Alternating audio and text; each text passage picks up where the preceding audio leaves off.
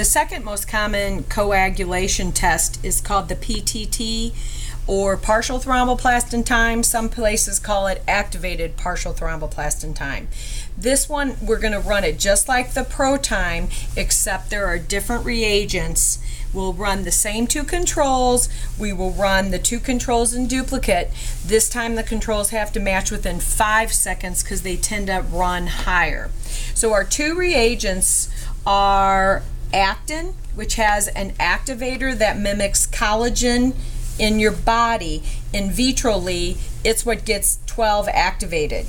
The calcium chloride is something that's added at the end to start the clotting, because when you draw a blue top for your coagulation test, the sodium citrate removes the calcium. So in any coag test, even the ProTime, that thromboplastin has to have calcium in it, you have to add calcium back.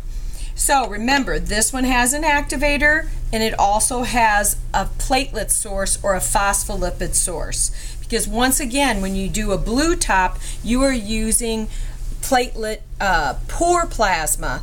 It's down on the buffy coat on the red cells, so there's no platelets to provide the phospholipid in your blue top plasma. And the blue tops have to be 90% filled. That is a must, because it'll mimic that the patient is deficient in clotting factors if you don't. So this time we'll do 2 test tubes for level 1. So label your tubes with level 1 for your normal control.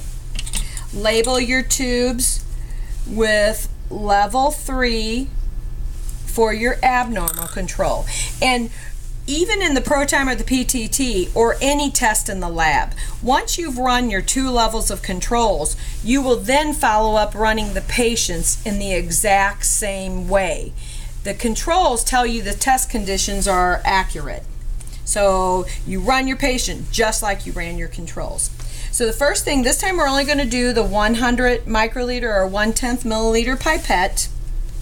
So we're going to add all our controls first because they need reagents added to them.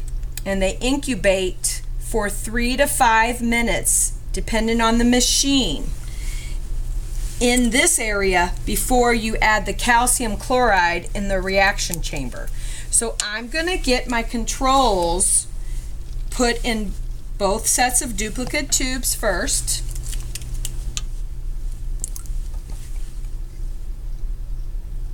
And remember, slow and smooth with the pipetting and rim it as you come out. So we have both level 1 and level 3 controls in their set of duplicate tubes.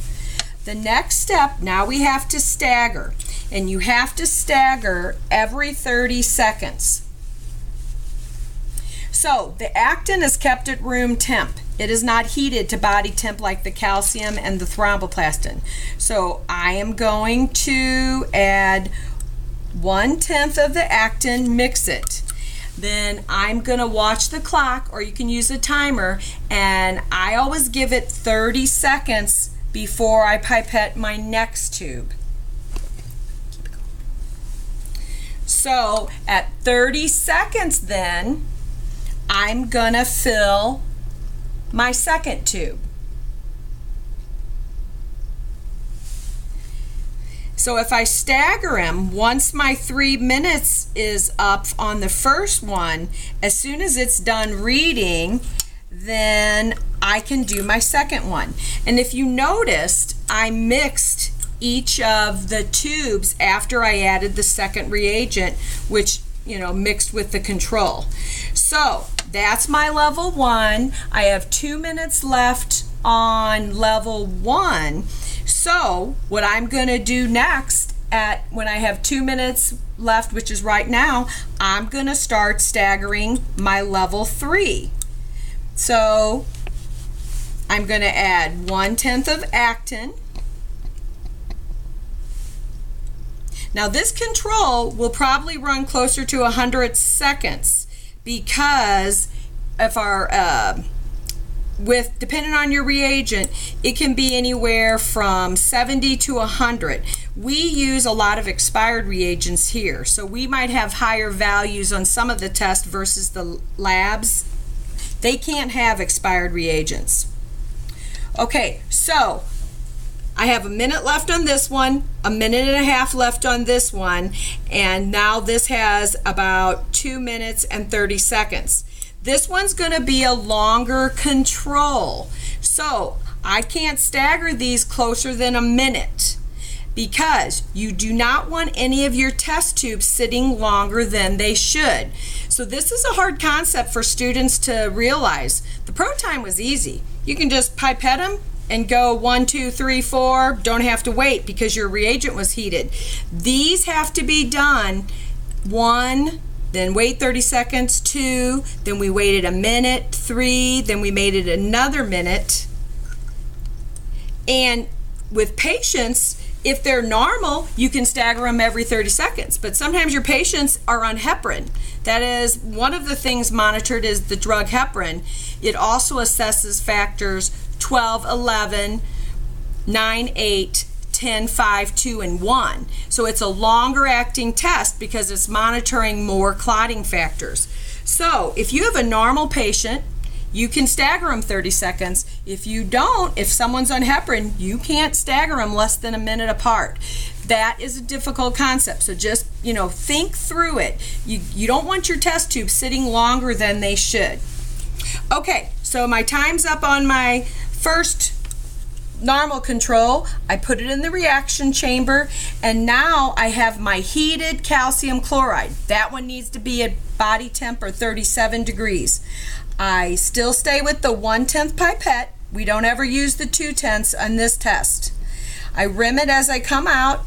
I put the notch over the little button and I press the black button. Now we're just going to do one of each to show you the difference, but this, we'll see what the level 1 runs. In a real lab, it usually runs around 30 seconds, and it always should be in the normal range if it is a normal control. And 28 to 36 seconds is what I use here as a normal range for a patient in our lab. It will vary in labs. Like this one was less than 28. But remember, once again, we use expired reagents. So we're just trying to show the test procedure. Now, let's say my level, I would run another one of level 1 and it would have to match within 5 seconds. You always get a bigger leeway with your PTT test. I'm going to just show you, it's 3 minutes on my level 3, just to show you the difference in results. This should be an abnormal control, so it should be higher than 36 seconds if it's abnormal. And I switch tips so there's no contamination, and then I get another amount of calcium. I rim it, put it over, and then this one should be higher than the 36 seconds.